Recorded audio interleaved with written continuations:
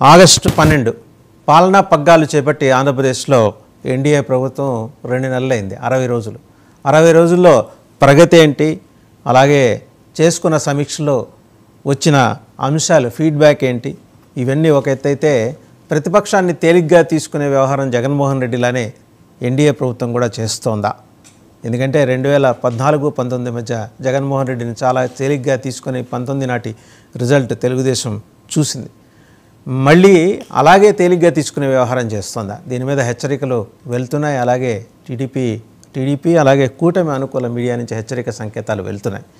ఇక రెండో అంశం ఏంటంటే అమరావతి నిర్మాణం కోసం లేదా పునర్నిర్మాణం కోసం ప్రపంచ బ్యాంకు నిధులు ఏ మేరకు నిధులు సమకూరుస్తుందా లేకపోతే లోన్ ఇస్తుందా?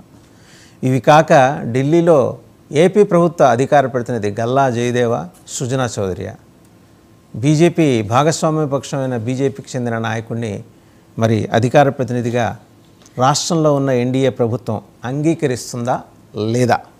సో ఈ అంశాలన్నిటికి సంబంధించి బిగ్ డిబేట్లో ఈరోజు మనతో పార్టిసిపేట్ చేస్తున్నారు బీజేపీ అధికార ప్రతినిధి పెద్దిరెడ్డి రవికిరణ్. నమస్తే రవికిరణ్ గారు. అలాగే బాలకోటయ్య గారు, పొలిటికల్ అనలిస్ట్ అండ్ అమరావతి బహుజన ఐకాస ఉద్యమ నేత, అండ్ టీడీపీ అధికార ప్రతినిధి ఉప్పలపాటి శ్రీనివాస్ చౌదరి గారు, అలాగే వైసీపీ అధికార ప్రతినిధి పాదయాత్ర వెంకటేశ్వర రెడ్డి గారు, ఇంకా మనతో పాటు పొలిటికల్ అనలిస్ట్ డివి శ్రీనివాస్ గారు కూడా జాయిన్ అయ్యారు. అందరికీ నమస్తే. టు స్టార్ట్ విత్ డివి శ్రీనివాస్ గారు, చాలా మేజర్ డెవలప్మెంట్స్. సండే ఖాళీ దొరికింది కదా అనుకుంటే బోళ్ళన్ని అంశాలు తెర మీదకి వచ్చాయి. అమరావతికి ప్రపంచ బ్యాంకు రుణం, దాంతోపాటు ఇంకా మరి 2 నెలలు అయింది ప్రభుత్వం ఏర్పడి. కరెక్ట్గా ఈ 12వ తేదీకి ఈ రోజుకి 2 నెలలు. ఈ 2 నెలల్లో ప్రతిపక్షాన్ని తేలిగ్గా అంచనా వేస్తోందా లేకపోతే జాగ్రత్తగా అడుగులు వేస్తోందా? ఎన్డీఏలో జాగ్రత్త పెరిగిందా కూటమిలో?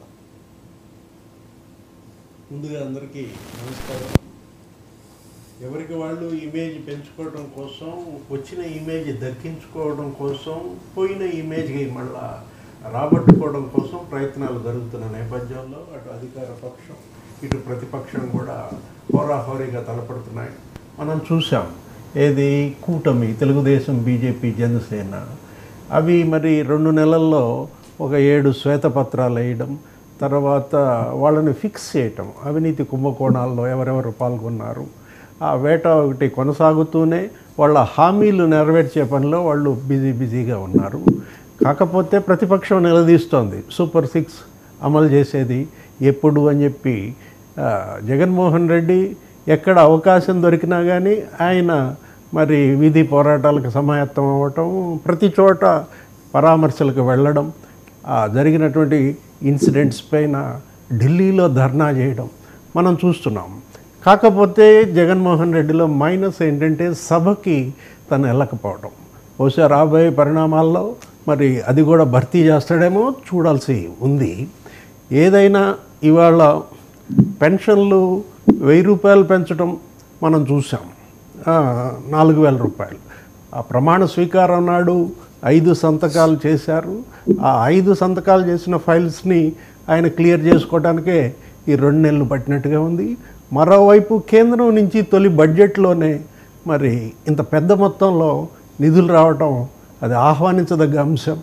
దగ్గర 50,000 కోట్లు ప్యాకేజీ వచ్చిన నేపథ్యం. అటు అమరావతికి 15,000 కోట్లు వాళ్ళు ఇవ్వడం కూడా గొప్ప విషయంగానే చూడాలి. మరి ఒకవైపేమో చెన్నై, హైదరాబాద్, ఐఐటి నిపుణులు వచ్చి అక్కడ చూసిన నేపథ్యం. ప్రపంచ బ్యాంకు కూడా ఇవాళ వస్తుంది, చూస్తున్నారు. ఈ నేపథ్యంలో అటు రాజధాని నిర్మాణం, ఇటు పోలవరం నిర్మాణం, ఇవి 2 కూడా చేయాల్సిన బాధ్యత ఉంది. జరిగింది స్వల్ప సమయమే, జరగాల్సింది ఎంతో ఉంది కాబట్టి పరిశీలించాలి. రైట్. ఒకసారి పెద్దిరెడ్డి రవికిరణ్ గారి దగ్గరికి వెళ్దాం. రవికిరణ్ గారు, ప్రపంచ బ్యాంక్ అనేది చంద్రబాబు గారికి పాత చుట్టం. ఇవాళ కొత్తగా ఏది కేంద్ర ప్రభుత్వం ఇన్వాల్వ్ అయ్యి ఆయనకి లోనే ఇప్పించక్కర్లా, ఆయన నేరుగా మాట్లాడుకోగలరు. ఇన్ఫ్యాక్ట్ కేంద్ర ప్రభుత్వం కన్నా కూడా ఈయనకే ఎక్కువ సంబంధాలు ఉన్నాయి ప్రపంచ బ్యాంక్ తోటి. The kind of relations he has maintained earlier. ఇవన్నీ చూసుకొని ఇవాళ చంద్రబాబు గారికి వేయటం కూడా వాళ్ళ ఖాతాలో, అంటే మీ ఖాతాలో వేసుకునే ప్రయత్నం ఏమన్నా కేంద్ర ప్రభుత్వంలో ప్రత్యేకించి బీజేపీ ఏమైనా చేస్తోందా?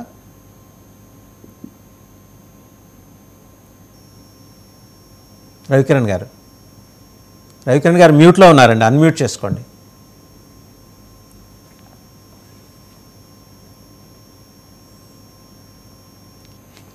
రవికిరణ్ గారు అన్మ్యూట్ చేసుకున్నారా? ఓకే, కొంచెం ప్రాబ్లం ఉన్నట్టుందండి. రవికిరణ్ గారు ఒకసారి చెక్ చేయండి.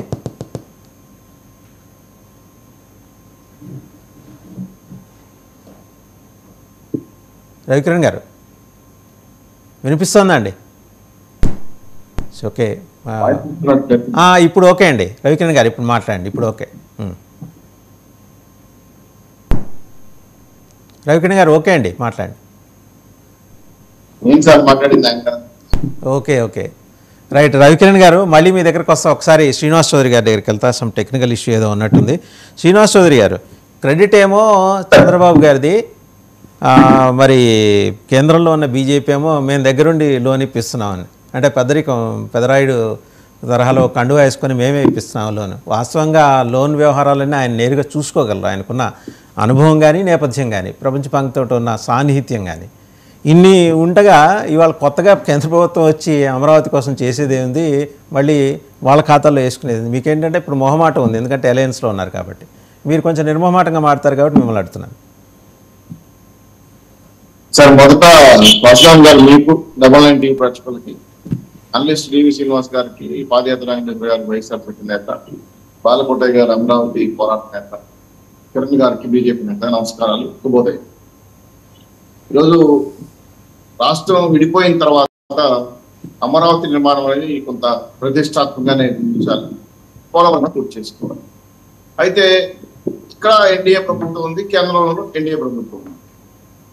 దానివల్ల ఎవరికి అజమాయిషి, ఎవరు క్రియేట్ చేసుకుంటున్న విషయం పైన మేమైతే అప్సపాలకు పోదలుచుకోలేదు. మాకు కావాల్సింది ఆంధ్ర రాష్ట్ర అభివృద్ధి. కాబట్టి కేంద్రం హామీగా ఉంటూ ఆ నిధులు ఇస్తున్నారు. పైగా అంతర్జాతీయ నిధులు రావడం కోసం చేస్తున్న ప్రయత్నంలో భాగంగా ప్రపంచ బ్యాంకు ప్రతినిధులు కూడా వచ్చి డిస్కస్ చేయటం, దానికి వస్తా పెద్ద ఎత్తున 40,000 కోట్ల వరకు దశల వారికి ఇవ్వండి, దాదాపు 5-6 లక్షల మంది నివాసితులు ఇక్కడ గత రాబోయే 5 రోజుల్లో ఉండాల్సి వస్తుంది. అదేవిధంగా రోడ్లు, రింగ్ రోడ్లు, డ్రైనేజీ, విద్యుత్ వ్యవస్థ, మౌలిక సదుపాయాల కోసం భారీగా డబ్బులు ఖర్చు పెట్టాల్సి వస్తుందని చెప్పి ప్రతిపాదన చేయడం జరిగింది.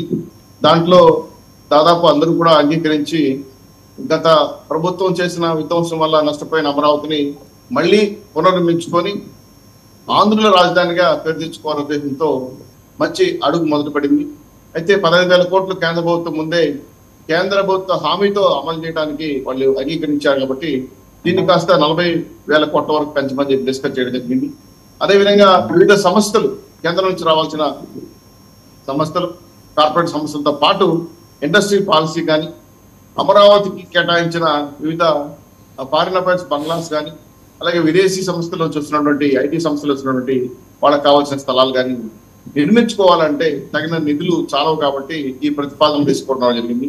అయితే కేంద్ర రాష్ట్ర ప్రభుత్వాల సంబంధాలతో అంతర్జాతీయ బ్యాంకులు కానీ ఈరోజు ఉన్నటువంటి అనేక అంశాలు పరిగణలోకి తీసుకొని ఇస్తామని అంగీకరించడం అనేది సుపరిణామం. అయితే ఎవరు గొప్ప ఎవరు చిన్న అని మేము అనుకోదలుచుకోలేదు. మాకు మెయిన్ టార్గెట్ ఆంధ్ర రాష్ట్రం అభివృద్ధి. గడిచిన 60 రోజుల్లో దాదాపు చాలా స్కీములు, దాదాపు 40-50 స్కీములు అమలు చేశారు. సూపర్ 6 అమలు చేయడంలో చాలా ముందున్నారు. ఆగస్టు 1 నుంచి ఉచిత బస్సులు, సిలిండర్లు కూడా అప్లై చేస్తున్నారు. మేమైతే ప్రజలకు హామీ ఇచ్చామో వాటిని పూర్తి చేసి పోలవరం, అమరావతితో పాటు ఈ రాష్ట్ర ప్రజల భవిష్యత్తు కోసం తూచా తప్పకుండా అమలు చేయడం కోసం ఎన్డీఏ ప్రభుత్వం కృషి చేస్తాం. అయినా సరే కొంత జగన్మోహన్ రెడ్డి గారు కొన్ని ట్విస్టులు పెడుతున్నారు, కొంత బ్యాడ్ ప్రచారం కూడా చేస్తున్నారు రోజువారీ పత్రికల్లో. వాటిని కూడా ఎదుర్కొంటూ రాష్ట్ర ప్రజల అభ్యున్నతి కోసం ఏం చేయాలని చెప్పి ఆయన శ్వేతపత్రాలు చేయడం జరిగింది. వాటి రికవరీ కోసం కూడా ఒక శాఖ కేటాయించుకోవాల్సిన అవసరం ఉంది. కాబట్టి పూర్తిగా టీడీ నుంచి రాష్ట్ర 23 జిల్లాలు జరిగిన అవినీతి పైన, ల్యాండ్ శాండింగ్ పైన కాకుండా ఇతర అభివృద్ధి అంశాలపైన కీలకంగా ఈరోజు ఎన్డీఏ ప్రభుత్వం ముందుకెళ్తా ఉంది. నిన్న మొన్న మీరే చూశారు కర్ణాటక ప్రభుత్వంతో చర్చించడం. ఆ తర్వాత ఈరోజు ఇరిగేషన్ ప్రాజెక్టుల పైన భారీగా నిధులు కేటాయించకపోతే వస్తున్న వర్షాకాలం కాబట్టి కొంత గేట్లు దెబ్బతిని తుంగభద్ర లాంటి డ్యాములు తెగిపోతే రైతులు నష్టపోతారని సమీక్ష జరుగుతా ఉంది. అనేక అంశాలపైన ఈరోజు క్షేత్రస్థాయిలో పని వేగవంతం చేయడం కోసం చేస్తున్న ప్రయత్నంలో భాగంగా అన్ని శాఖలు బాగా పనిచేస్తున్నాయి. ఒక ప్రముఖ నాయకుడు 2 నెలల పాలన మీద మీరు అంతర్గతంగా మీరు సమీక్షించుకుని ఉంటారు. అందులో మీరు ఫిల్టర్ చేసి చెప్పే విషయాలు ఏమన్నా చెప్పగలరా? అంటే అన్నీ మీరు చెప్పలేరు అనుకోండి. తప్పకుండా సార్, ఖచ్చితంగా మేము ఏదైతే క్షేత్రస్థాయిలో మా పార్టీ నాయకులు కావచ్చు, బీజేపీ జనసేన నాయకులు కావచ్చు, గత ప్రభుత్వంలో జరిగిన అన్యాయాల అక్రమాలకు భారీగా గురై నష్టపోయి కేసులు ప్రాణాలు పోగొట్టుకున్న మిత్రులను కూడా సోషల్ మీడియాలో రకరకాల కామెంట్లు పెడుతున్నారు. ఇంకా మీరు అశ్రద్ధ చేస్తున్నారు, జగన్మోహన్ రెడ్డి లాంటి చీడ పురుగు ఉండడం వల్ల మళ్ళీ భవిష్యత్తులో రాష్ట్రం నష్టపోతుంది, అటువంటి శత్రుశేషం రుణశేషం అదేవిధంగా అగ్నిశేషం ఉండకూడదనే విధంగా కామెంట్లు మాట్లాడడం, తక్షణమే వారి మీద చర్యలు తీసుకోమని చెప్పడం, జైల్లో వేయటం, అనేక అంశాలపైన సోషల్ మీడియాలోను పేపర్లను బహిరంగంగా ప్రకటిస్తున్నారు. అయితే ఏదైనా సరే చట్ట ప్రకారం చేయాలి, సమన్వయం పాటించాలి కాబట్టి మాక్సిమం చెప్తున్నారు. అయినా సరే విజయవాడ లాంటి ప్రాంతంలో నిన్న అంబేద్కర్ విగ్రహానికి ఆ పేర్లు కొట్టేయటం, అక్కడ పార్టీ నాయకులు బాగా వ్యతిరేకంగా మాట్లాడడం చూస్తే చాలా ఆవేశంతో రగిలిపోతున్నారు. గత ప్రభుత్వాలు చేసిన అరాచకాలు తట్టుకోలేక ఇంకా నిశ్రద్ధ చేస్తున్నారా, ఇంకా ఇబ్బంది పెడుతున్నారా, ఇంకా ఎన్ని రోజులు చూడాలని ఒక ఆవేశపూరితమైన ప్రకటనలు చూస్తున్నాం. ఇవన్నీ కూడా ఆవేశాలు మంచిది కాదు. ఓ పని చేయొచ్చు కదండి శ్రీనివాస్ చౌదరి గారు, 2 నెలలు అయింది సమీక్షించుకొని ప్రతి జిల్లాలోనూ ప్రత్యేక జైలు ఏర్పాటు చేసి వైసీపీ వాళ్ళందరినీ తోసేస్తే అయిపోతుంది కదా, ప్రశాంతంగా మీరు పరిపాలన చేసుకోవచ్చు. అది చాలా మంచి పద్ధతి కాదు. గత ప్రభుత్వాలు ఆ విధంగా మరి మీరే అన్నారు కదా, రగిలిపోతున్నారు, అసలు ఆవేశంతో ఊగిపోతున్నారు, బీపీలు పెరిగిపోతున్నాయి అని. ఇది ఒక్కటే పరిష్కారంగా కనిపిస్తోంది. సరే ఎంతైనా సరే, ఎన్ని కష్టాలు వచ్చినా సరే అక్రమంగా పోకూడదనేది పార్టీ నిర్ణయం. 3 పార్టీలు ఎన్డీఏ కమిటీ కూడా అదే నిర్ణయించుకున్నది, కక్షా దగ్గర పోకూడదని. సాధ్యమైన వరకు పార్టీ నాయకులు కార్యకర్తల్ని సబలాయిస్తున్నాం. నిన్న కూడా మొన్న ఒక మా పార్టీ నాయకులు కూడా మీటింగ్ లో కూడా గట్టిగా మాట్లాడడం జరిగింది. కొన్ని విశాఖ విధానాలపైన ఇప్పటికి కూడా కొంతమంది వైఎస్ఆర్సీపీ నాయకులు తప్పులు చేస్తున్నారు, మీరు చర్యలు తీసుకోవడం లేదు. ఇట్లా జిల్లాలో చాలా అంశాలపైన టీడీలో కూడా ఈరోజు ప్రభుత్వంలో కూడా చాలా మంది గొప్ప గొప్ప నాయకులు చెప్పుకొని గత వైసీపీ ప్రభుత్వంతో అంటగాగిన వాళ్ళు వేరే విధేయులు అని చెప్పి టీడీపీకి బీజేపీకి జనసేనకి చెప్పి లెటర్లు పెట్టడం, వాళ్ళకి తగిన ప్రాధాన్యత ఇవ్వమని చెప్పి ఐఏఎస్ ఐపీఎస్ అధికారులు మాట్లాడడం కార్యకర్తలు కూడా చాలా మంది విస్మయానికి గురి చేసింది. ఖచ్చితంగా మార్పులు తీసుకురావాలి. బాబు గారు, పవన్ కళ్యాణ్ గారు, బీజేపీ నాయకులు క్షేత్రస్థాయిలో కార్యకర్తల మనోభావాలు దెబ్బతినకుండా వాళ్ళని కూడా సముదాయించి తగిన చర్యలు తీసుకోమని విజ్ఞప్తి చేస్తున్నాం. కానీ మనం రాజరిక ప్రభుత్వంలో నియంత్రణ ప్రభుత్వం లేదు కాబట్టి చట్ట ప్రకారం చర్యలు తీసుకోవాలి, వాళ్ళు చేసిన తప్పులు బయట పెట్టాలి. కాబట్టి కర్ణాటక వెళ్ళిన విషయాలు కూడా మీకు తెలుసు.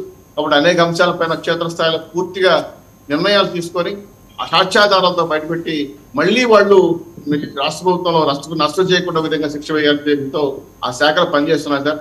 అందుకే సమయం పడుతుంది. కానీ అభివృద్ధిని, సంక్షేమాన్ని కొనసాగిస్తూ రాష్ట్ర ఏదైతే మాట ఇచ్చామో రాష్ట్ర ప్రజలకి దాన్ని కొనసాగిస్తూ ఈ రోజు జరిగిన అవినీతి పైన ఎన్క్వైరీ చేసి శిక్ష చేయాల్సిన బాధ్యత ఉంది. సరే అనేక అంశాలపైన వైఎస్ఆర్సీపీ పార్టీ పైన రావాలెత్తున్నారు. వాటన్నింటినీ కూడా మేము సమాధానం చెప్పాల్సిన బాధ్యత మాకుంది. ప్రజలకు గెలిపించిన ఈ నిర్ణయం మా శిరోధార్యంగా మా యొక్క సేవకు బాగా నిదర్శనంగా ఉండాలి. కానీ అజమాయిషీ పద్ధతిలో ఉండకూడదు. దీంతో నాయకులు ప్రతిరోజు సమీక్షలు చేస్తున్నారు. పవన్ కళ్యాణ్ గారు కానీ బీజేపీ నాయకులు కూడా ఆ దిశగా ముందుకెళ్తున్నాం. కాబట్టి ఎన్డీఏ కూటమి మాధ్యమంలో ఆంధ్ర రాష్ట్రం గడిచే 5 రోజుల్లో స్వర్ణాంధ్రప్రదేశ్ అభివృద్ధి చేస్తున్న నమ్మకం మాకుంది. రైట్ అండి, ఒకసారి రవికిరణ్ గారి దగ్గరికి వస్తాను. మళ్ళీ నష్టపోతామన్న ఆలోచన మాత్రం ఉంది కాబట్టి సమాధానిస్తున్నాం. రైట్ రవికిరణ్ గారు, ఇప్పుడు ఓకేనండి? ఐ థింక్ మీ వాయిస్ క్లియర్గానే ఉందా రవికిరణ్ గారు? I think hello. రైట్ అండి, ఇంకా సెట్ కాలేదు, అదే వాయిస్ సరిగ్గా రాలేదు. ఒక్కసారి మీరు లాగ్ ఆఫ్ అయ్యి మళ్ళీ లాగిన్ అవ్వండి రవికిరణ్ గారు. ఈ లోపల బాలకోటే గారి దగ్గరికి వెళ్తాను. బాలకోటే గారు, 2 నెలల పరిపాలనలో శ్వేతపత్రాల విడుదల, అలాగే మరి రాజకీయ ప్రత్యర్థులు, శత్రువులు అనకూడదు, వాళ్ళు మరి తెలుగుదేశం అలా శత్రువులు అనే మాట వాడుతోంది, రాజకీయ ప్రత్యర్థుల్ని మరి నిర్మూలించేసేయాలని చెప్పేసి తెలుగుదేశం సోషల్ మీడియాలో వస్తుంది. మరి కూటమికి మాట అది తెలుగుదేశం మాట తెలియట్లేదు. కూటమి అయితే ఏంటంటే చట్టపరంగా చర్యలు తీసుకోవాలని కుటుంబంలో ఉన్న నాయకులు including deputy CM Pawan Kalyan గారు కూడా మాట్లాడుతూ వస్తున్న విషయం. మీరేమంటారంటే 2 నెలల పాటు ఏం జరిగింది రాష్ట్రంలో? వాసు గారు నమస్కారం. డిబేట్లో పాల్గొన్న పెద్దలందరికీ, వివిధ రాజకీయ పార్టీల ప్రతినిధులకు కూడా ధన్యవాదాలు. వాసుదేవ్ గారు, పాతాళభైరవి సినిమాలో రాజుగారు అడిగినట్టుగా తోటరాముణ్ణి నిజం చెప్పమంటావా, అబద్ధం చెప్పమంటావా? నేను 3 మాటలు చెప్తాను. నేను ఎవరినో బాధించాలని, ఎవరినో బాధ పెట్టాలని, లేదా ప్రభుత్వం మీద 4 రాళ్ళు ఇయ్యాలని భావించి చెప్పడం. నా మెడలో ఉన్న ఆకుపచ్చని ఈ కండువాతో పుట్టిన వాళ్ళం. సాధారణంగా అందరూ తల్లిపేగుతో పుడితే మేము రాజధాని అమరావతి ఉద్యమంలో ఈ ఆకుపచ్చని కండువాళ్ళని మెడకిసుకొని పుట్టాం. నాలాంటి వాళ్ళే అందరూ. అసలు వైసీపీ పరిపాలనలో ఓంకారము శ్రీకారము అమరావతి నుంచి ఆ ప్రభుత్వం మీద తిరగబడ్డదే రాజధాని ఉంటుంది. దాని నుంచే చాలా చాలా శాఖోపశాఖలుగా స్వాతంత్రోద్యమంలో పుట్టినట్టుగా అన్ని సామాజిక వర్గాలు పోరాడు. 150 సార్లు జగన్మోహన్ రెడ్డిని తిట్టి పోయిన పరిపాలన మీద మళ్ళీ మళ్ళీ రాళ్ళేసి ఇదైతే బాధ్యతాయుతమైన పని అయితే కాదు. ప్రజాక్షేత్రంలో ఎన్నికలకు వెళ్ళారు, ప్రజలు ఇవ్వాల్సిన శిక్ష వేశారు. వాళ్ళకి ఎన్ని ఇవ్వాలో అనుకున్నారు అన్ని ఇచ్చారు, కూటమికి ఎన్ని ఇవ్వాలో అన్ని ఇచ్చారు. తిరిగి ఆయన చర్చకి పెట్టాల్సినంత అవసరం అయితే నాలాంటి వాళ్ళ మీద. కానీ ఒక మాట అయితే చెప్పాలి, 60 రోజులైంది కూటమి ప్రభుత్వం వచ్చి. కూటమి ప్రభుత్వ పరిపాలన ఎలా ఉంది అని గట్టిగా ప్రశ్నిస్తే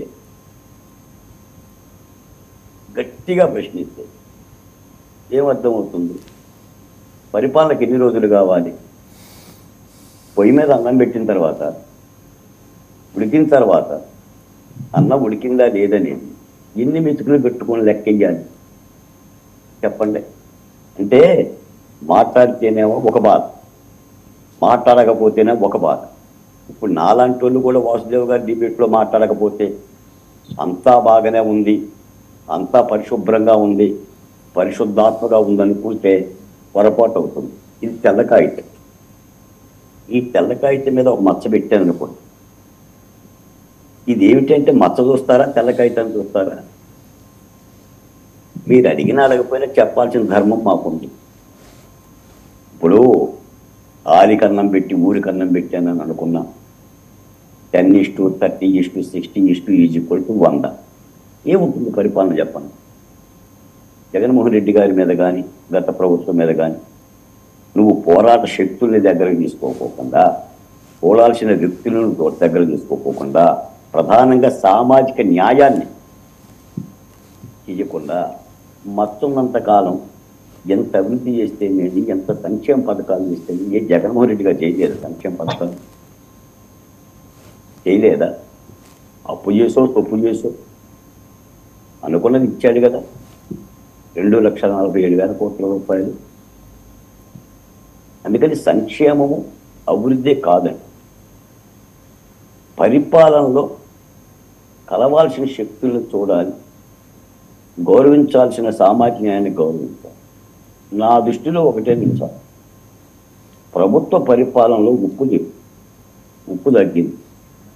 మీకు దగ్గరకు వచ్చిందో లేదో 16వ తారీఖు 17వ తారీఖు రాష్ట్రంలో ఉన్న నామినేటెడ్ పోస్టులన్నీ కూడా భర్తీ అవుతాయి.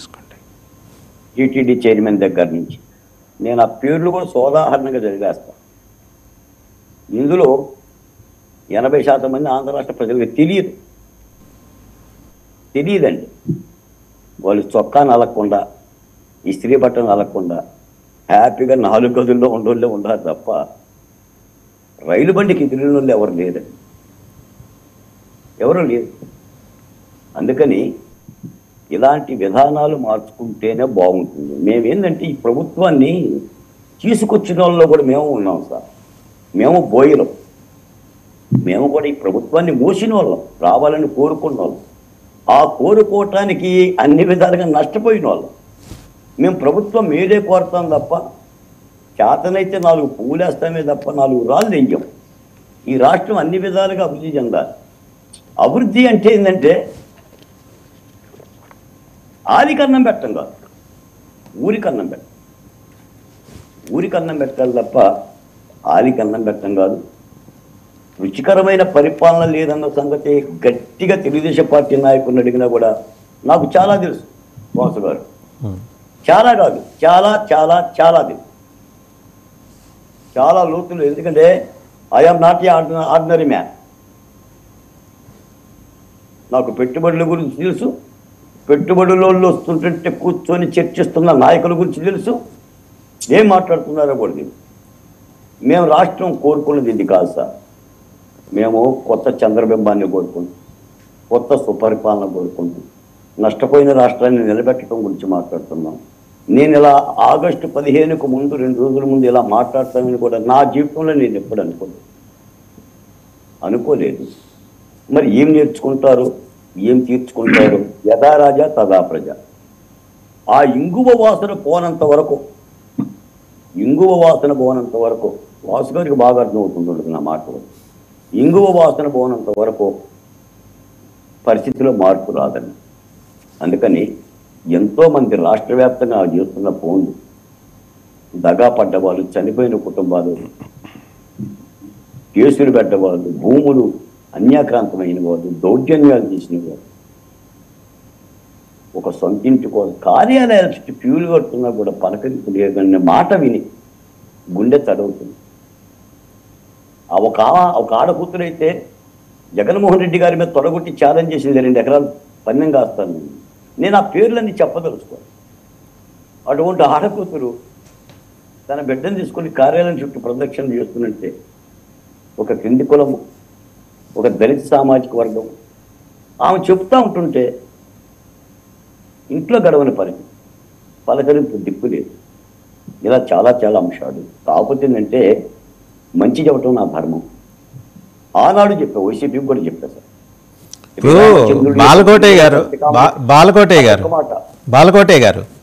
బాలకోటే అంటే దళిత బహుజనుల గొంతు నుంచి వచ్చే పొలికేక. ఈ పొలికేక కూడా సచివాలయంలో ఉన్న ముఖ్యమంత్రి గారికి వినిపించట్లేదా? అసలు నా కేకే వినిపించనక్కర్లేదు సార్.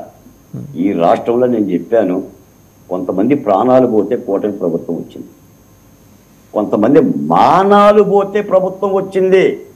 నా దళిత బిడ్డల మానాలు పోతే ప్రభుత్వం వచ్చింది, రక్తాలు కళ్ళ చూస్తే కూటమి ప్రభుత్వం వచ్చింది. 2 నాయకులు కలిస్తేనో 2 పార్టీలు కలిస్తేనో ప్రభుత్వం రాలే. ఈ మాట చెప్తాను మాత్రం నేను సహకరిస్తాను, ఎవరు ఏదనుకున్నా. ఒకవేళ ఈ డిబేట్లోనే ఆ రాజకీయ పార్టీలు నన్ను తప్పుపట్టినా కూడా నేను ఈ మాట అనక తప్పదు. ప్రజల ఆవేదనలో నుంచి ప్రభుత్వాలు మారదు, నాయకుల కోరికల్లో నుంచి, వాళ్ళ మస్తిష్కాల్లో నుంచి ప్రభుత్వాలు మారదు. ఇది ప్రజాస్వామ్యం. ప్రజల ఆవేదన చెందితే, ప్రజల ఆందోళన చెందితే, ప్రజల మంచిని కోరితే ప్రభుత్వాలను మారుస్తారు తప్ప ఒక నాయకుడు చెప్పే నేను మీరు ఇంకోలో చెప్పే నాయకుడు. కాబట్టి ఈ ప్రభుత్వంలో మా భాగస్వామ్యం ఉంది. గుండెల కద్దుకొని తిరిగిన పిడికడ ఆత్మగౌరవ పతాక ఉంది. నా బిడ్డలు చనిపోయిన ఆర్తనాదాలు ఉంది. ఎవరు వీళ్ళంతా? డ్రైవర్ సుబ్రహ్మణ్యం. మళ్ళీ నాయకులు మాట్లాడితే డాక్టర్ సుధాకర్ పేరు లేకపోకుండా మాట్లాడు, డ్రైవర్ సుబ్రహ్మణ్యం పేరు లేకపోకుండా మాట్లాడుతూ ఎవరు? ఒక ప్రభుత్వ దాష్టీకానికి గురైన వారు. ఆ దాష్టీకాలకి వ్యతిరేకంగా చెరబడ్డ బాధిత కులాలని, లేదంటే వాటికి సంబంధించిన వాళ్ళని కూడా దగ్గర తీయకపోతే, ఎందుకంటే మంచి చెయ్యకపోతే చెడు చెయ్యి మాకు అని అంటారు వాసు గారు. మాది ఆ తత్వం. మేము కారం మెతుకులు తిన్న వాళ్ళం. సో మీ అడ్వైజ్ ఏంటి కూటమి ప్రభుత్వానికి, రాష్ట్రంలో ఉన్న కూటమి ప్రభుత్వానికి మీ అడ్వైజ్ ఏంటి? ప్రభుత్వ పరిపాలనలో ఉప్పు లేదు, ఉప్పు వేసుకుంటే మంచిది. ఉప్పు ఎక్కువైతే బీపీ వస్తుంది సార్. ఉప్పు ఎక్కువైతే బీపీ వస్తుంది. అసలు ఉప్పే లేదు. ఉప్పు లేకపోయినా కూడా పల్స్ డౌన్ అవుతుంది. ఉప్పు లేకపోతే పల్స్ డౌన్ అవుతుంది. పల్స్ డౌన్ కాదు సార్, ఆ కూరే పనికిరాదండి. అన్నేసి చూడండి, నన్నేసి చూడండి.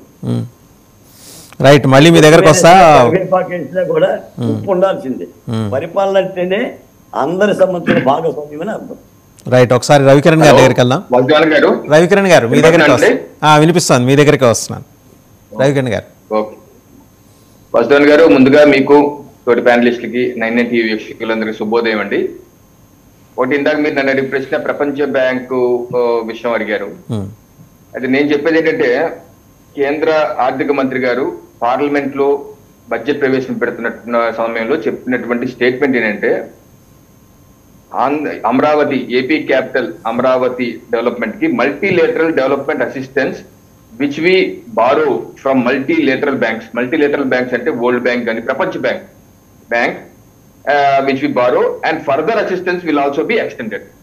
అంటే అమరావతి క్యాపిటల్ అభివృద్ధికి మేము ప్రపంచంలో వివిధ బ్యాంకుల నుంచి రుణాలు బారో చేసుకుని ఇస్తాము. అలాగే ఫర్దర్ అసిస్టెన్స్ కూడా మేము ఎంత కావాలంటే అంతా కూడా ప్రస్తుతానికి 15,000 కోట్లు, తర్వాత కూడా ఎక్స్టెండ్ చేస్తా అన్నారు. ఆ తర్వాత ప్రెస్ మీట్ లో కూడా మాట్లాడి తెలుగులో కూడా చెప్పారు ఆవిడ ఇదే విషయం తెలుగులో చెప్పి మరి ఎవరు కట్టారా డబ్బులు అంటే అది కూడా చెప్పారు. రాష్ట్ర ప్రభుత్వం ఏముంది కట్టాకి, లేదు అది మేము వాళ్ళు మాట్లాడుకుంటాం, ఆ తర్వాత చూద్దాం, దానికి ముందైతే రుణం ఇప్పించేస్తాం అని చెప్పేసి అన్నారు.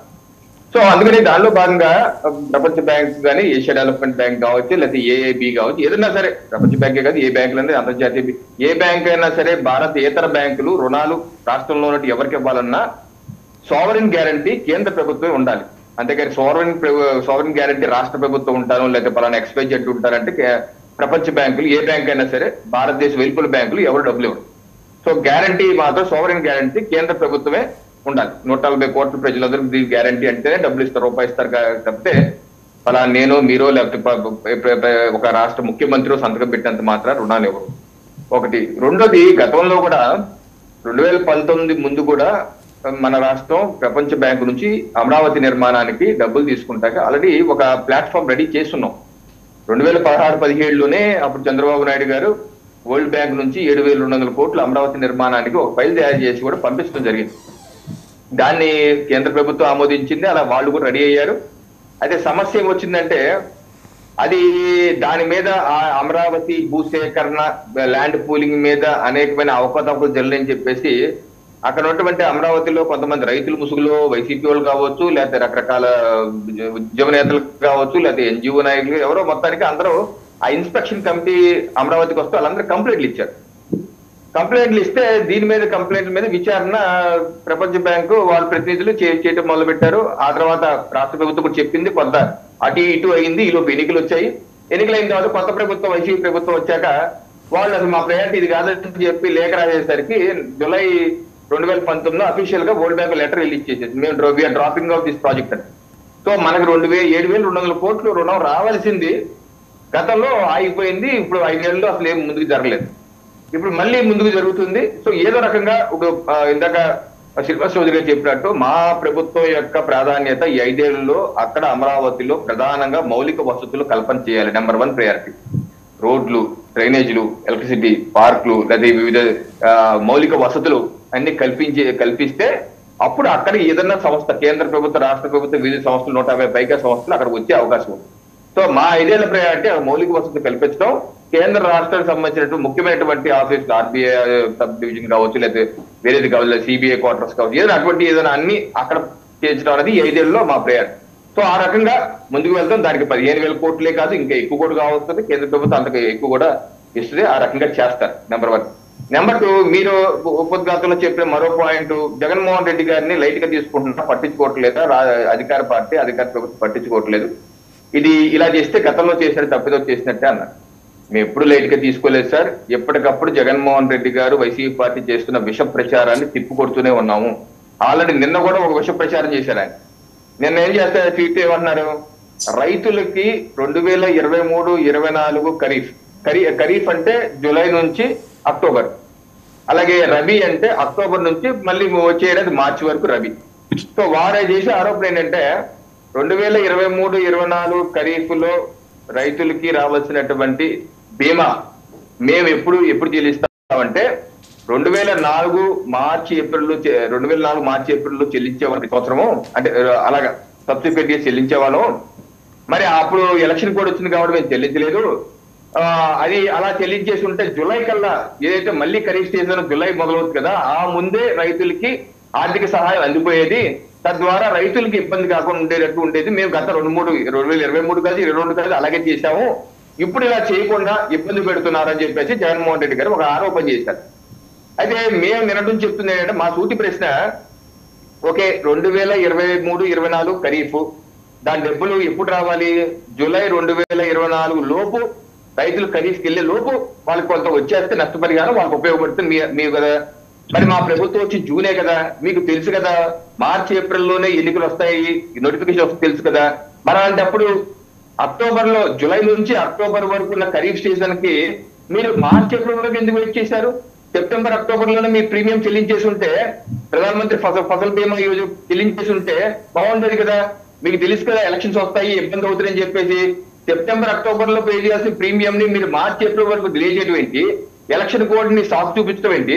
ఒకవేళ ఎలక్షన్ కోడ్ ఉన్నా మీరు సీఈఓ గారు ఇప్పుడు లేఖ రాశారా? అయ్యా మీరు ఎలక్షన్ కోడ్ వచ్చేసింది, ఈ ప్రీమియం చెల్లించిపోతే రైతులకు ఇబ్బంది అవుతుంది, కొత్త ప్రభుత్వం జూన్ లో ఇప్పుడు వస్తుంది, మరి జూన్ లో వస్తే ఆ టైంకి రైతులు డబ్బులు ఇవ్వాలి కదా, మరి మీరు రిలీజ్ చేయండి అని చెప్పి సీఈఓకి ఎందుకు లేఖ రాయలేదు? ఎందుకు అబద్ధాలు చెప్తున్నారు? ఎందుకు మోసం చేస్తున్నారు? నెంబర్ 1. నెంబర్ 2 పాయింట్, మీ లాజిక్ ప్రకారం మరి 2022-23 రబీ ఎప్పుడు క్లోజ్ అవుతుంది? రబీ 2023 మార్చి క్లోజ్ అవుతుంది. మరి దాని డబ్బులు 2023 రబీ ఎప్పుడైతే అక్టోబర్ లో స్టార్ట్ అవుతుందో అప్పటికల్లా రబీ నష్టపడిన డబ్బులు రావాలి కదా. మీరు 2022-23 రబీ పంటకి ఏ ప్రీమియం కట్టాలో అది మీరు కట్టేసి ఉంటే ఎప్పుడు రావాలి? 2024 కల్లా అది 2023 అక్టోబర్ కల్లా రావాలి కదా. అసలు మీరు ఆ ప్రీమియం ఎందుకు కట్టలేదు? 2022-23 రబీ ప్రీమియం ఇప్పుడు వరకు రాష్ట్ర ప్రభుత్వం సంవత్సరం అయిపోయింది కట్టలేదు. జగన్మోహన్ రెడ్డి గారి ప్రభుత్వం దిగిపోయేంత వరకు కూడా కట్టలేదు. ఎందుకు కట్టలేదు అంటే మీరు 2022-23 రబీ కట్టలేదు, 2023-24 ఖరీఫ్ కట్టలేదు, ఏమీ కట్టకుండా గత సంవత్సరాలుగా ఏ డబ్బులు కట్టకుండా మొత్తం బకాయి పెట్టేసి ఈరోజు బట్ట కాసి మీద పడేసి అబద్ధ ప్రచారాలు చేసి అదేదో మేము ఈ 2 మాసాల్లో కట్టకుండా ఎగ్జిట్ చేసే వాళ్ళ ప్రచారం ఎందుకు చేస్తున్నారు? మీ హయాంలో రైతులకు దగ్గర తీసిన ధాన్యం డబ్బులు మేము 21 రోజుల్లో చెల్లిస్తామని చెప్పి ఈ పాంప్లెట్లు మీరు ప్రతి రైతు భరోసా కేంద్రంలో పెట్టారు కదా. ఈ పాంప్లెట్లు ప్రతి రైతు భరోసా కేంద్రంలో పెట్టి మీరు జగన్మోహన్ రెడ్డి గారు సంతకం పెట్టినటువంటి లెటర్ ఇది. దీనిలో ఏమన్నారంటే మేము ప్రతి ధాన్యం విక్రయించిన రైతుకు 21 రోజుల్లోపు వారి ఖాతాలో డబ్బులు నేరుగా జమ చేయబడును. ఈ యొక్క లెటర్లు మీరు ప్రతి రైతు భరోసా కేంద్రంలో పెట్టారు. మరి 21 రోజుల్లో మీరు ధాన్యం సేకరించి డబ్బులు కట్టేసి ఉంటే ఈ రోజు మా ప్రభుత్వానికి 1650 కోట్లు బకాయి ఏ రకంగా అయింది? మా ప్రభుత్వం ఈ రోజు ఆ బటన్ నొక్కేసి క్లోజ్ చేస్తున్నాం మీరు ఇచ్చిన పెట్టిన బకాయిలు. మన బకాయిలు ఏ రకంగా పేరుకుపోయినాయి? 21 రోజుల్లో ఎందుకు కట్టలేదు? ఎప్పుడున్నా సరే మీరు సబ్సిడీలు, ఉద్యానవన సబ్సిడీలు కానీ, బిందు స్టేషన్ సబ్సిడీలు కానీ, ఏ సబ్సిడీలు, యాంత్రీకరణ సబ్సిడీలు ఎప్పుడు ఇచ్చారా మీరు? అన్ని ఇవ్వకుండా అన్ని బకాయిలు పెట్టేసి ఈ రోజు నంగనాచి తొంగబుర్ర కబుర్లు చెప్తూ అబద్ధ ప్రచారాలు చేస్తూ ఏదో ట్వీట్లు చేస్తూ 36 మంది చచ్చిపోయారు రాజకీయవేత్తలు, అదేదో ఫోటోలు చూపించవయ్యా, అదేదో పేర్లు పెట్టవయ్యా, అయ్యే ఎఫ్ఐఆర్ నెంబర్ పెట్టవయ్యా, మేము ఎంక్వైరీ చేయిస్తాము, ఏ విచారణ చేయిస్తాము అంటే ఏమీ చెప్పకుండా ఏమీ చేయకుండా అది ఇట్టే తుర్రుని పారిపోతారు. ఏ పత్రిక నిన్న కూడా అంతే, నిన్న మొన్న అనుకుంటే పత్రిక అనకపోయాడు తుర్రుని పారిపోయారు. సో అబద్ధ ప్రచారాలు చేసి అసత్య ప్రచారాలు చేసి మీ వైఫల్యాలు మా మీద రుద్ది అన్ని దిందా తెలిసిమల్లాగా మేము ప్రభుత్వం వచ్చిన మొదటి రోజే నుంచే అన్ని సూపర్ 6 అన్ని అమలు చేశారన్నట్టు చెప్పి రెచ్చగొట్టే ప్రయత్నం చేస్తే అది ఎప్పటికప్పుడు మేము తిప్పుకొడతాం. వాసుదేవన్ గారు తప్పనిసరిగా ఈ జగన్మోహన్ రెడ్డి గారు చేస్తున్నట్టు వైసీపీ పార్టీ చేస్తున్న అసత్య ప్రచారాలని మేము ఎప్పుడూ లైట్ గా తీసుకోవట్లేదు. అందరం అన్ని స్థాయిల్లో తిప్పుకొడుతూనే ఉన్నాం వాసుదేవన్ గారు. రైట్, మళ్ళీ మీ దగ్గరకు వస్తాను. ఒక మాట పాదయాత్ర వెంకటేశ్వర రెడ్డి గారి దగ్గరికి వెళ్దాం. సో మొత్తం రవికిరణ్ గారు యాజ్ ఇట్ ఈజ్గా స్ట్రిప్ ఆఫ్ చేశారు వైసీపీని. మీరేం చేశారు, మీరు ఏం చేశామని చెప్పుకున్నారు, ఏం జరగలేదు, మొత్తం సోదాహరణంగా వివరించారు. దీనికి మీ సమాధానం ఏంటి? రవికిరణ్ గారు కానీ శ్రీనివాస్ చౌదరి గారు కానీ వాళ్ళు మాట్లాడాల్సిన విధానం అదే కాబట్టి కలిసి కూటమి ప్రభుత్వం ఏర్పాటు చేశారు. వాళ్ళ బాధ్యత కూడా, వాళ్ళ ప్రభుత్వాన్ని వాళ్ళు డిపెండ్ చేసుకోవడం వాళ్ళ బాధ్యత కూడా. ఏ రాష్ట్ర ప్రభుత్వం అయినా గత ప్రభుత్వం చేసిన బకాయిల్ని వచ్చిన ప్రభుత్వం అది క్లియర్ చేయటం అనేది, అవి బిల్లులు అవ్వచ్చు, ఆరోగ్యశ్రీ బిల్లులు అవ్వచ్చు, కాంట్రాక్టర్ల బిల్లులు అవ్వచ్చు, కౌలు రైతుల బిల్లులు అవ్వచ్చు, ఇవన్నీ క్లియర్ చేయటం అనేది ఆ ప్రభుత్వం బాధ్యత. అట్లానే గత ప్రభుత్వంలో 14 నుంచి 19 వరకు ఇదే కూటమి ప్రభుత్వం చేసిన కౌలు రైతుల డబ్బులు కావచ్చు, కాంట్రాక్టర్ల బిల్లులు కావచ్చు, అంతకుముందు పెండింగ్ పెట్టిన ఆరోగ్యశ్రీ బిల్లులు కావచ్చు, ఇవన్నీ మేము క్లియర్ చేసుకొని వచ్చాం. కానీ కుంటి సాకులు మేమేమి చెప్పలేదు. గత ప్రభుత్వం ఇది చేసింది, గత ప్రభుత్వం చేసింది కాబట్టి మేము చేయలేకపోయాం, ఈ ఆర్థిక లోటు ఉంది కాబట్టి, అప్పులు ఉన్నాయి కాబట్టి మాకు సూపర్ 6 చూస్తే భయం వేస్తుంది, మేము అమలు చేయలేకపోయి, ఇవి ఏమీ చెప్పాల. నిదానంగా చేస్తామని చెప్పాము, చేద్దామని చెప్పాము, చేసాం. మాకు చేతనైనంత వరకు చేసాం. ప్రజలు ఇంకా అది కూడా నచ్చక మీకు ప్రభుత్వాన్ని ఇచ్చారనుకోండి, ప్రభుత్వాన్ని ఇచ్చినప్పుడు మీరు గత ప్రభుత్వం ఇది చేసింది, గత ప్రభుత్వం అది చేసింది, జగన్మోహన్ రెడ్డి గారు ఇది చేశారు అని చెప్పకుండా మీరు చేయాల్సిన పని మీరు చేసుకుంటూ బాధ్యత నెరవేర్చుకుంటే మంచిదనేది నా యొక్క అభిప్రాయం. ఇంకొక విషయం ఏంటంటే, శ్రీనివాస్ చౌదరి గారు ఎక్కడ ఏం జరగలేదు, జగన్మోహన్ రెడ్డి గారు అబద్ధాలు చెప్తున్నారు, అన్నీ మేము క్లియర్ చేస్తున్నాం అంటున్నారు. నేను క్లియర్గా ఒకటి అడుగుతున్నాను, మీ యొక్క ఎమ్మెల్యే బుడ్డా రాజశేఖర రెడ్డి గారు శ్రీశైలం ఎమ్మెల్యే బహిరంగ సభలో మీటింగ్లో అధికారులు జనము అందరూ ఉన్న సభలో మీడియా ఉన్న సభలో మండలానికి ఇతను చంపేయమని చెప్పండి, ఏదైనా కేసులు ఉంటే నేను చూసుకుంటా అని చెప్పారు. ఒకటి అట్లనే ఒక ఆయన అనంతపురం ఎమ్మెల్యే గారు నేను పేకాట క్లబ్బుల కోసం నేను చంద్రబాబు నాయుడు గారితో మాట్లాడి నేను మీకోసం పోరాటం చేస్తానని ఒక ఆయన చెప్తాడు. ఒక మంత్రి గారేమో నిండు శాసనసభలో 3 సిలిండర్లు మేము ఈ ప్రభుత్వం ఇవ్వట్లేదని చెప్తాడు. ఒక మంత్రి గారేమో అమ్మఒడికి ఇవ్వడానికి రోడ్ మ్యాప్ నిర్వహిస్తున్నాం, ఇంకా ఆలోచిస్తున్నామని చెప్పి ఒక మంత్రి గారు చెప్తారు. ఒక మంత్రి గారేమో క్లియర్గా ఈ ముఖ్యమంత్రి గారు క్లియర్గా సూపర్ 6 చేస్తుంటే భయం వేస్తుంది అంటారు. ఒక మంత్రి గారేమో బహిరంగ సభలో ఉచిత ఇసుక వైఫల్యం చెందింది, ఫెయిల్ అయింది మా ప్రభుత్వం అని చెప్పేసి ఆయనే చెప్తారు. కానీ ఈ డిబేట్లోకి వచ్చిన శ్రీనివాస్ చౌదరి గారేమో అన్నీ మేము సమర్థవంతంగా కొనసాగిస్తున్నాము అని చెప్తున్నారు. ఈ ప్రజలు కూడా ఈ మీడియా సంస్థలు కానీ ప్రజలు కానీ ఎవరి మాట నమ్మాలి? శాసనసభలో చెప్పిన మంత్రుల మాట నమ్మాలా, లేక డిబేట్లో వచ్చిన శ్రీనివాస్ చౌదరి గారి మాట నమ్మాలా అనేది తేల్చుకోవాల్సిన విషయం ఉంది.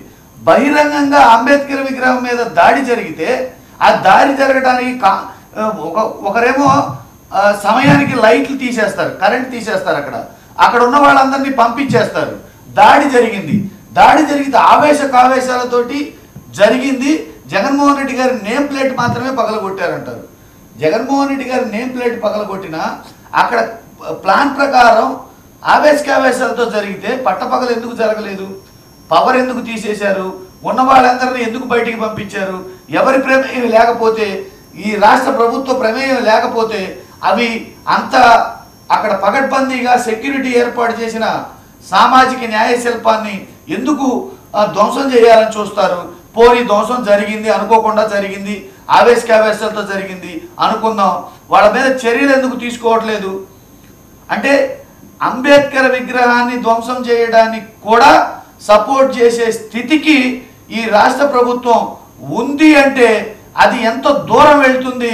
వాళ్ళ ఎమ్మెల్యేల మాటలు కానీ వాళ్ళ మంత్రుల మాటలు కానీ మనం చూస్తుంటే అది ఎంత దూరం వెళ్తుంది అనేది మీరు గమనించట్లేదు. నేను ఒకటే చెప్తాను క్లియర్గా, గత ప్రభుత్వం మీద చెప్పి గత నాయకుల మీద చెప్పి మీరు పరిపాలన పక్కదారి పట్టిస్తే ప్రజలు చూస్తూ ఊరుకుంటారనేది మీ భ్రమ. మీరు మీరు మీరు హానెస్ట్గా ఇప్పుడు అమలు చేయలేకపోతే ఒక షెడ్యూల్ ప్రకటించండి. ఈ సంవత్సరం మేము అమలు చేయలేము, నెక్స్ట్ ఇయర్ నుంచి అమలు చేస్తాము, ఇదిగో ఈ డేట్లకి ఈ పథకాలను అమల్లోకి తెస్తామని చెప్పండి. మనం ఇదే డిబేట్లో వాసుదేవన్ గారు కూడా ఉన్నారు. గతంలో డిబేట్లో డొక్కా సీతమ్మ గారి పేరు పెడుతున్నారు అన్నా క్యాంటీన్లకి, సర్వేపల్లి రాధాకృష్ణ గారి పేరు పెడుతున్నారు కొన్నిటికి అని చెప్పేసి, కొన్ని పథకాలకి అని చెప్పేసి మనం చర్చించుకున్నాం. ఇప్పుడు అన్నా క్యాంటీన్లు రేపు 15వ తారీఖు ఓపెన్ అవుతుంటే 80 క్యాంటీన్లు మాత్రమే ఓపెన్ చేస్తున్నారు. ఆ 80 క్యాంటీన్లో ఒక్క క్యాంటీన్కి కూడా డొక్కా సీతమ్మ గారి పేరు లేదు. మీరు ప్రతిపాదించిందే, మీ ప్రభుత్వం ప్రతిపాదించిన మంత్రి గారు ప్రతిపాదించిన వాటినే, ఒప్పుకున్న వాటినే మీరు 80లో ఒక్కదానికి కూడా లేదంటే మీరు చెప్పేదేంటి, మీరు చేసేదేంటి అనేది ఒకటి. ఇక బాలకోట గారు చెప్పినట్టు రాజధాని విషయంలో గత ప్రభుత్వం 50,000 మందికి ఇళ్ల పట్టాలు మంజూరు చేస్తే 1 సెంటు సరిపోదు, 2 సెంట్లు మేము ఇస్తాము అని చెప్పారు. మంచిదే, ఎక్కువ ఇస్తామంటున్నారు, ప్రజలకు కూడా మంచిదే. ఆ ఎక్కువ ఎక్కడ ఇస్తున్నారు, సైట్ అలాట్ చేసి వాళ్ళకి ఎక్కడ ఇస్తున్నారో చూపించి ఆ 2 సెంట్లు మీరు ఎప్పుడు ఇస్తున్నారో చెప్పి ఇప్పుడున్న సెంటు భూమిని రద్దు చేస్తే బాగుండేది.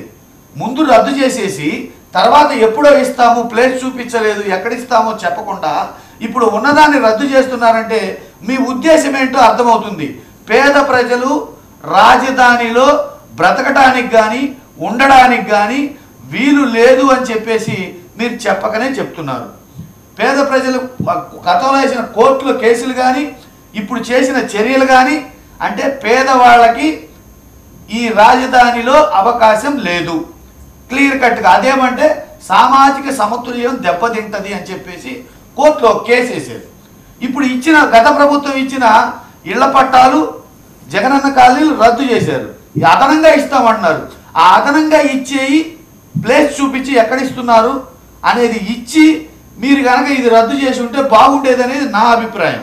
ఇంకొకటి లోకేష్ గారు, నారా లోకేష్ గారు డేటా తీసుకుంటున్నాము, అప్పులు ఉన్నాయి, ఈ అమ్మఒడి జరపటం రోడ్ మ్యాప్ నిర్వహించి ఎప్పుడు నిర్ణయించాలో తేలుస్తామని చెప్తున్నారు. అంటే నేను చెప్పొచ్చో చెప్పకూడదో నాకు తెలియదు, ఇది నా వ్యక్తిగత అభిప్రాయం. వ్యక్తిగత అభిప్రాయంగా ఒకటి చెప్తున్నాను, అసలు క్లియర్ కట్గా ప్రభుత్వ పాఠశాలలో చదివిన వాళ్ళకే అమ్మఒడిని గనక కేటాయించి ఎంతమంది పిల్లలు ఉంటే అంతమంది పిల్లలు కనుక మీరు ఇస్తే ఖచ్చితంగా ప్రజలకు, పేద ప్రజలకు మేలు జరుగుతుంది. మీకు బడ్జెట్లో చాలా వరకు మీరు అనుకున్న బడ్జెట్లో చాలా వరకు సగానికి పైగా, 3 వంతులకు పైగా తగ్గుతుంది. పేద ప్రజలందరికీ, ప్రభుత్వ పాఠశాలలో చదువుకున్న వాళ్ళందరికీ మేలు జరుగుతుంది. ఈ యొక్క సలహాని పాటిస్తే మీ ప్రభుత్వానికి మంచిది అని నేను అనుకుంటున్నా. పాటించవచ్చు, పాటించకపోవచ్చు, అది మీ విషయం. చౌదరి గారు మాట్లాడతారు. చౌదరి గారు ఇంకా ఉంది చెప్పాలి. ఓకే, ఒక్క నిమిషం, ఇంకొక మాట ఉందట, అది కూడా చెప్పేసి మీరు. ఇక మేమేమంటున్నామంటే జరిగిన దాడులు కానీ, జరిగిన హత్యలు కానీ, జరిగిన దోపిడీ కానీ, జరిగిన ఆస్తుల విధ్వంసం కానీ ఇవన్నీ ప్రత్యక్షంగా మేము అందరికీ చెప్పి ఉన్నాము. అవన్నీ విజువలైజ్గా ఉన్నాయి. ఇప్పుడు సోషల్ మీడియాలో రన్ అవుతూనే ఉంది. అమ్మకి చీర కొని పెట్టడం చేత కాలేదు, ఇంకొకటి అమరావతికి 2 లక్షల కోట్లు తెస్తామని. ఇంకొకటి ఏంటంటే ఇక్కడ రవికిరణ్ గారు చెప్పిన షూరిటీ గురించి వాటి గురించి చెప్పారు, శ్రీనివాస్ చౌదరి గారు షూరిటీ గురించి వాటి గురించి చెప్పారు. క్లియర్ కట్గా అమరావతి రాజధానికి ప్రపంచ బ్యాంకు ఇస్తున్న 15,000 కోట్లు అప్ప గ్రాంటా, దాని మీద క్లారిటీ ఇచ్చారులే. కానీ ఇంకొకటి చాలా ఇంపార్టెంట్ విషయం, ఈరోజు మీరు దువ్వాడ శ్రీనివాస్ గారి ఇంటి దగ్గర ఏదో ధర్నా చేయబోతున్నారట. ఏది వైసీపీ కూటమి అధికారంలోకి వచ్చినప్పటి నుంచి పథకం ప్రకారం వైసీపీ కార్యకర్తలను హత్యలు చేశారు. దువ్వాడ శ్రీనివాస్ గారి నివాసంలో చర్చిస్తున్న శ్రీమతి దివ్యల మాధురి గారికి వారితో సంబంధం అంటగట్టి అల్లరి చేయడం చాలా బాధాకరమని జగన్మోహన్ రెడ్డి గారితో పేరుతోటి మరి ఒక ప్రెస్ రిలీజ్, కానీ అదేదో మీ అఫీషియల్ వెబ్సైట్లో లేదు. ఇన్ఫ్యాక్ట్ నాకు కూడా డౌట్ వచ్చి శ్రీనివాస్ చౌదరి గారిని అడిగాను, మరి ఆయనకు కూడా అలాంటిది వచ్చిందట, ఆయన కూడా షేర్ చేశారు. ఇదేంటంటే మంగళవారం జరిగే రాష్ట్రంలో రాష్ట్రపతి పాలన అనే నిరసన కార్యక్రమం దువ్వాడ శ్రీనివాసరావు గారి ఇంటి దగ్గర జరుగుతుంది. నిజమేనా, ఇది ఫేకా? ఓ మాట ఇమేజ్ కూడా మనం చూద్దాం. కూడా నా దృష్టికి కూడా రాలేదు, నా దృష్టికి రాంది తెలియంది మనం ఏ రకమైన కామెంట్ చేయలేము. ఇప్పుడు వాస్తవంగా అయితే నాకు కూడా తెలియాలి, ఇంటిమేషన్ తెలియాలి, నాకు తెలియలేదు. రైట్, శ్రీనివాస్ చౌదరి గారు మీరు కూడా నిన్న ఈ విషయం మీద నోటీస్కి వచ్చినట్టు చెప్పారు. నిజమేనా, ఫేకా? లేకపోతే మీ సోషల్ మీడియా యాక్టివ్గా ఉందా లేకపోతే ఈ విషయంలో? ఇక్కడ ఆ విషయం మాత్రం నేను తిరుపతిలో వైఎస్ఆర్సీపీ నాయకుడు అడిగాను, ఆ లెటర్ పంపించి ఇదేంటి ఇది ఈ లెటర్ ప్యాడ్ లో వచ్చిందంటే, అది విశాఖపట్నంలో కొంతమంది వైఎస్ఆర్సీపీ నాయకులు సపోర్ట్ చేయకుండా దువ్వాడ శ్రీనివాస్ కార్యక్రమానికి దూరంగా ఉన్నారు, అంటిముట్టినట్టు, అందుకోసం మేమే రిలీజ్ చేసామని విశాఖపట్నంలో వాళ్ళ పార్టీ నేతలు మాట్లాడారని వాళ్ళు చెప్పింది, రిలీజ్ చేశారు.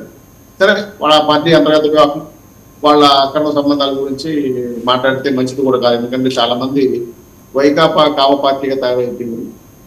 దాని గురించి మాట్లాడటం మీ టైం నా టైం రెండు తెలుసు. కాకపోతే వెంకటేశ్వరరావు గారు చెప్పిన విషయాలపైన స్పష్టత ఇవ్వాల్సిన అవసరం. అమ్మఒడి మీరు 2020లో జనవరిలో రిలీజ్ చేసినప్పుడు 2019లో ప్రభుత్వం అధికారం వచ్చింది. మీరు ఇచ్చింది 20 జనవరి 2020. వసతి దీవెన, విద్యా దీవెన ఏప్రిల్ 20 రిలీజ్ చేశారు 2019లో మీరు గెలిస్తే.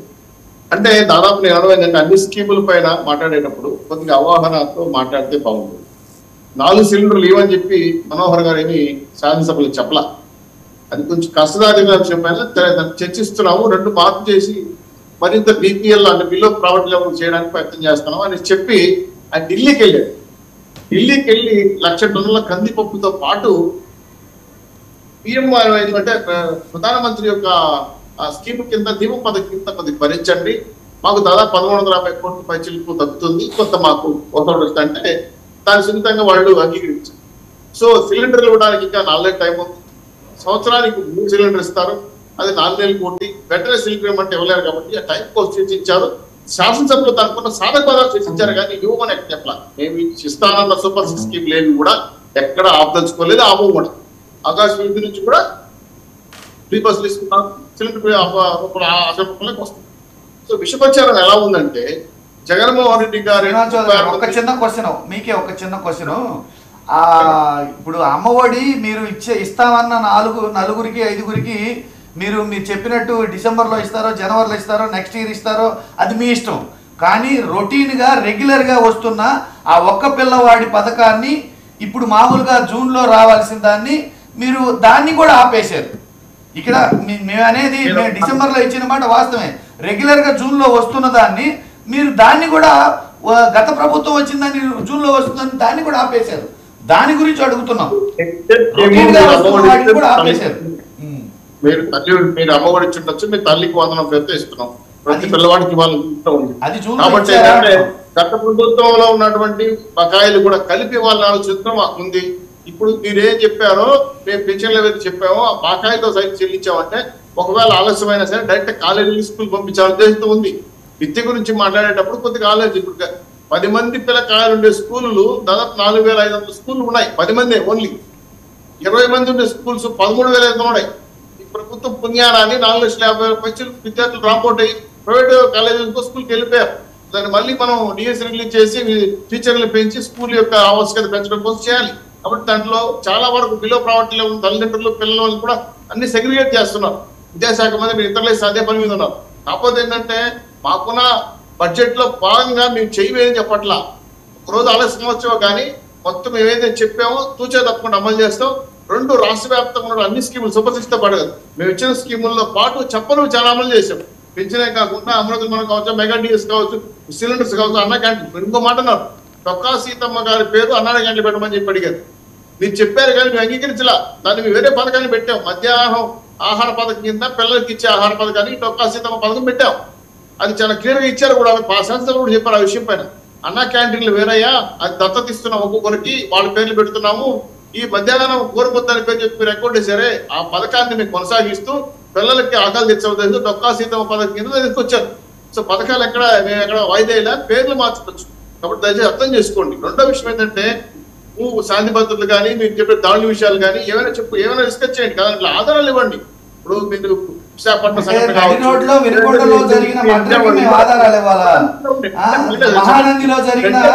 మహానందిలో జరిగిన మర్డర్కి మేము ఆధారాలు ఇవ్వాలా? అంబేద్కర్ గారి విగ్రహం ధ్వంసానికి మేము ఆధారాలు ఇవ్వాలా? ఏమండి మీరు మాట్లాడేది ఏమన్నా అర్థం ఉందా? పరిపాలనలో మీరుండి ఆధారాలు సేకరించుకోలేరా? ఎఫ్ఐఆర్ కట్టకుండా మేము ఎఫ్ఐఆర్ నెంబర్ ఇవ్వాలా? మీరు కంప్లైంట్ తీసుకోకుండా మీరు కంప్లైంట్ ఎక్కడి నుంచి చెప్పాలా? అంబేద్కర్ విగ్రహం పాల్గొట్టావా? కళ్ళున్నాయండి, బుర్రుందా, పని చేస్తున్నా? అంబేద్కర్ పగలగొట్టు. ఎవరు పగలగొట్టారు? ఎవరు పగలగొట్టలేదే, డ్యామేజ్ చేయలేదే. మీరు నిందలేస్తారు, తప్పుడు నిందలు. అక్కడ జరిగింది ఏంటంటే విజయవాడలో ఉన్న మీ వైసీపీ నాయకుల మీద ఉన్న గొడవలతో వైఎస్ఆర్సీపీ వైఎస్ఆర్ జగన్మోహన్ రెడ్డి గారి పేరు మాత్రం లైట్ పగలగొట్టారు. దానికి ఎంక్వైరీ జరుగుతా ఉంది. అంటే విగ్రహాలు తెలియడానికి ఎంక్వైరీ జరగాల. అంబేద్కర్ వినండి సార్, అంబేద్కర్ నగరవనాన్ని నిర్మించాల్సి 120 ఎకరాల్లో ఉన్న భూమిని పక్కన పడేసి నడిబోట్లో ఉన్నటువంటి విజయవాడలో ఉన్న గ్రౌండ్ ని పాటు చేసి మీరు అంబేద్కర్ విగ్రహం కట్టారు. సార్ అది మీ స్వార్థం. కట్టారు కాబట్టి నేషనల్ నాయకుడు కాబట్టి అది పూజ గౌరవించాలి. అంతేగాని మేము దాని సమస్య ఏర్పాట్లు చేస్తున్నాం. మీకు ఇష్టం లేదు అని పేరుని ఎవరు పాల్గొంటారు విచారిస్తాం. అంతేగాని విగ్రహానికి ఎవరు డ్యామేజ్ చేయలేదే. మీ మీద కోపంతో మీ పార్టీ నాయకుల మీద కోపంతో అది ఎవరైనా కానీ తప్పు చేశారు కాబట్టి చేసినా అరెస్ట్ చేయండి. ఏ పార్టీ నాయకులు అయితే ఏమైంది? ఏ పార్టీ నాయకులు అయితే ఏమైంది? అరెస్ట్ చేయడానికి ఏమైంది? చర్యలు తీసుకోవడానికి అయితే ఏమైంది? వినండి, విజయవాడ సిపి వాళ్ళు క్లియర్ గా చెప్పారు. కెమెరాలు చెక్ చేస్తున్నారు, ఎవరు నిధులు పట్టుకుని అరెస్ట్ చేస్తారు. అది మీ ముఖ్యమంత్రి గారి పేరు మీద ఉన్న కోపంతో చేసిన మాటలు అవన్నీ, పనులు అవన్నీ. ఆకతాయిలు చేసినా, అక్రమంగా చేసినా, దుర్మార్గం చేసినా ఒప్పుకునే సమస్య లేదు. ఎందుకంటే అంబేద్కర్ పైన అలా చేయకూడదు. అంతేగాని లేదు మీరు అంబేద్కర్ డ్యామేజ్ చేసేసాం, పగలు కొట్టేసాం నిందలు మాత్రం ఏంటండి. రైట్ అండి, this certainly we will discuss. ఇంకా ఈ అంశంతో పాటు ఇంకా చాలా అంశాలు కూడా మళ్ళీ మనం వేరే డిబేట్